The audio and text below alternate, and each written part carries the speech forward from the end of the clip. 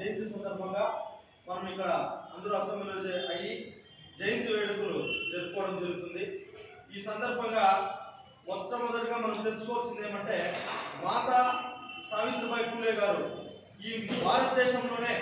మొట్టమొదట మహిళా టీచర్ అని మనం గుర్తు చేసుకోవాలి. అలాగే స్త్రీలు విద్యతోనే స్త్రీలకి విముక్తి కలుగుతుంది, స్త్రీలు అభివృద్ధి చెందుతారు అని నమ్మి తన పడక గదినే తరగతి గదిగా మార్చుకొని తన భర్త అయిన జ్యోతిరావు పూలే గారి దగ్గర తన పడక గదిలోనే చదువు నేర్పించుకొని ఎంతో మంది బాలికలకు మహిళలకు విద్య నేర్పించిన మహాత్మురాలు మన సావిత్రిబాయి పూలే గారు. అలాగే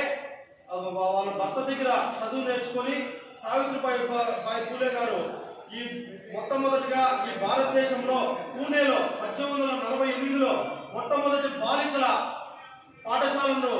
ప్రారంభించి స్త్రీల అభ్యున్నతి కోసం తన ప్రాణాలు సైతం పణంగా పెట్టి తన ప్రాణాలను పోగొట్టుకొని స్త్రీల కోసం పోరాటం చేసిన గొప్ప వ్యక్తి సావిత్రిబాయి పూలే గారు. అలాంటి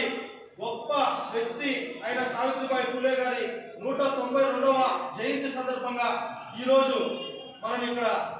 తన కుటుంబాన్ని సైతం త్యాగం చేస్తూ నిత్యం తనను నమ్మి ఇక్కడ చేర్పించిన విద్యార్థుల్ని తన పిల్లలుగా భావించి తన సొంత పిల్లలుగా భావించి వారి కోసమే వారి వెంటనే నిత్యం వారితోనే ఉంటూ వారితో పాటే తింటూ వారితో పాటే ప్రయాణం చేస్తూ వాళ్ళని కంటికి రెప్పగా కాపాడుకుంటూ వాళ్ళకి నిత్యం మంచి విద్య చదువు భోజనం వసతులు రక్షణ కల్పిస్తున్న మన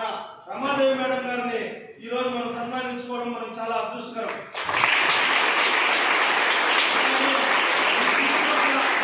నియోజకవర్గం ఒకటే కాకుండా చుట్టుపక్కల నియోజకవర్గాలు మొత్తం ఈరోజు మరీ ముఖ్యంగా ఆడపిల్లల తల్లిదండ్రులు వారి బిడ్డలు ఎక్కడైతే సురక్షితంగా ఉంటారో ఎక్కడైతే క్రమశిక్షణతో చదువు నేర్చుకుని గొప్ప స్థాయికి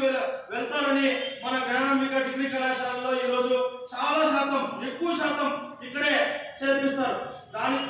కారణం ఒకటే ఒకరు మన రమాదేవి గారి మేడం మీద ఉన్న